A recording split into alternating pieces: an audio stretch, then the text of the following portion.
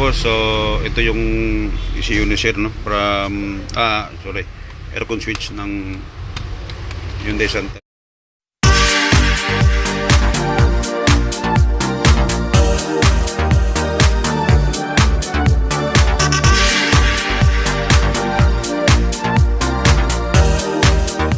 Sir, from Pangasinan.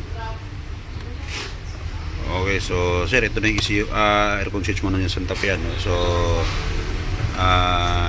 wala nang tornilyo, ayan, at may basag. Okay, so ito walang ano to, walang, ayan, yan, pingas yan, isa dyan. So ito mga boss, hindi ko pa to na buksan, at tingin ko nabuksan nila bossing to doon, ano. Kaya repairing ko muna, bubuksan ko muna kung ano yung nangyayari sa loob. Sorry, kung ano nangyayari sa loob, at para makita natin kung ano yung nagiging problema. At nakalas na natin mga boss, no. Yan, so makita natin malinis na malinis yan, at tinry na rin lang repairin ito or nilinisan yung board, no. So yan, repairing ko lang. At ito mga boss, so kapag na-repair natin ito, tatagal ulit yan, siguro mga 3 taon. Hindi tayo sigurado kung mas matagal pa doon, ano. Pero para sa experience ko, hindi sa bababa ng 3 taon mga boss ang itatagal, or mas matagal pa doon. Kaya kung bumili kayo ng surplus na ganito, marami naman dyan nagbibenta, pero pwedeng masira ng ganito dahil yung kasi hindi pa na-repair, no.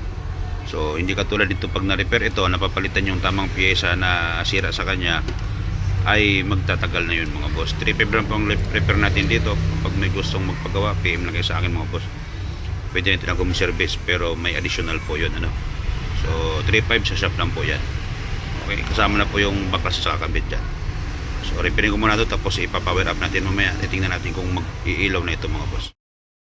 So ito na mga boss, no. Sir, ito na yung aircon switch mo, tapos ko na ma-repair. So ipapower up mo nito sa unit, or ititesting ko na siya dito, para pagdating dyan, plug and play na lang, no.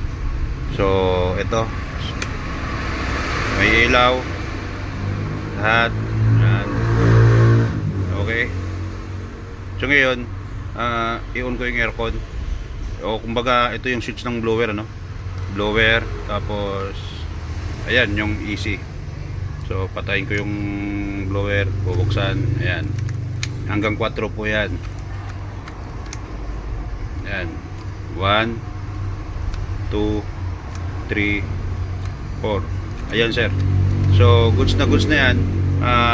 Plug and play na lang yan sir pagdating dyan, no? So wala ka na ibang gagalawin, at sa wiring okay na yan.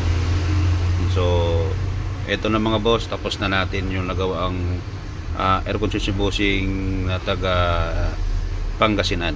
Okay, maraming salamat sa pagtitiwala sir, na pinadala mo sa akin through JNT, no.